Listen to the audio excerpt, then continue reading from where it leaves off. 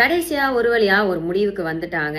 CBI, IUML, அதுக்கப்புறம் விசிகா இவங்க எல்லாரும் சேர்ந்து ஒரு வழியா நம்ம டிவிகேக்கு வந்து வெளியே இருந்து ஆதரவு கொடுக்குறாங்க. இதெல்லாம் யாரா உன்கிட்ட கேட்டா, யாரா நீ வெளியே இருந்து ஆதரவு கொடுக்குறாங்கன்னா எங்க கூட்டணியை விட்டுட்டு உங்ககிட்ட வரல, வெளியே இருந்து நாங்க சப்போர்ட் பண்றோம். இது ஏன் சப்போர்ட் பண்றோம் அப்படின்னு பாக்கணும்னா, அதாவது பிரசிடென்ஷியல் ரூல் அப்படின்னு போயிடுச்சுன்னா டைரக்டா பிஜேபியோட ரூல் வந்துடும்.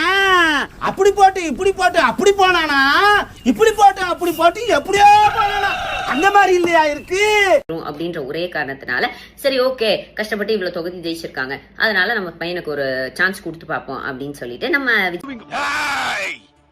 நடிக்காத விஜயனனுக்கு வந்து ஒரு சான்ஸ் கொடுத்து உட்கார வச்சிருக்கோம். அப்பயே நல்லா யோசிச்சு பாத்துக்கோங்க, எங்களோட தயவுனாலதான் நீங்களும் இப்ப ஆட்சி அமைச்சிருக்கீங்க.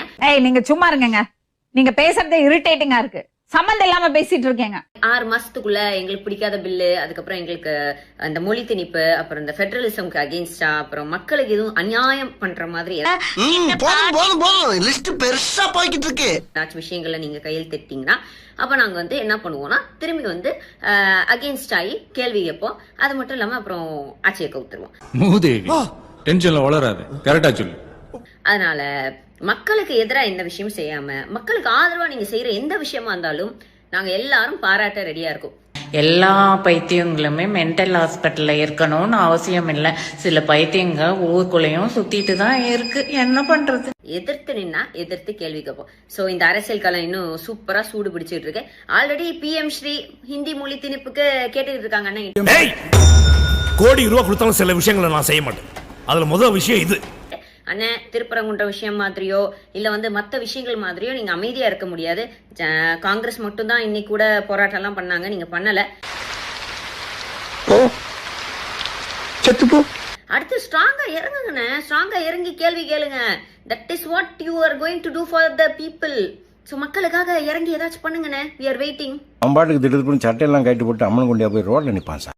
ஜெயிச்சு வந்தாக்கா ஏத்துக்கு போய் வீட்டுல உட்காருங்கடா, பொண்டாடி கூட தூங்குங்கடா போயிட்டு. அதை விட்டு ஏன்டா தாலி இருக்கிறீங்க நாட்டை? என்ன பதில் சொல்லுவ? ஆமான்னு உண்மையை ஒத்துக்க முடியுமா? செருப்பால் அடிப்பாங்க. தாலி அறுக்கிறீங்களா? உங்க திருடுக்கும் சூழ்நிலைக்கும் போங்கடா, பாவிங்களா போங்கடா.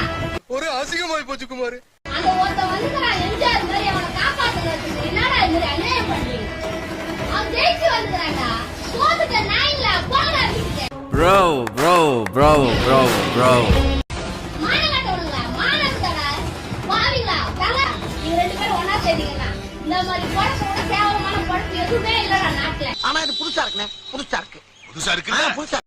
எச்ச பசங்களா, பதவிக்கு எதுடா வரீங்க?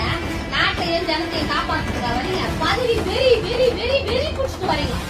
அவ்வளவு வெறி மாப்பிளைக்கு ஒருத்தன் வராண்டா ஆம்பளை, அவன்கிட்ட ஒத்தி நின்றா பாப்போம்.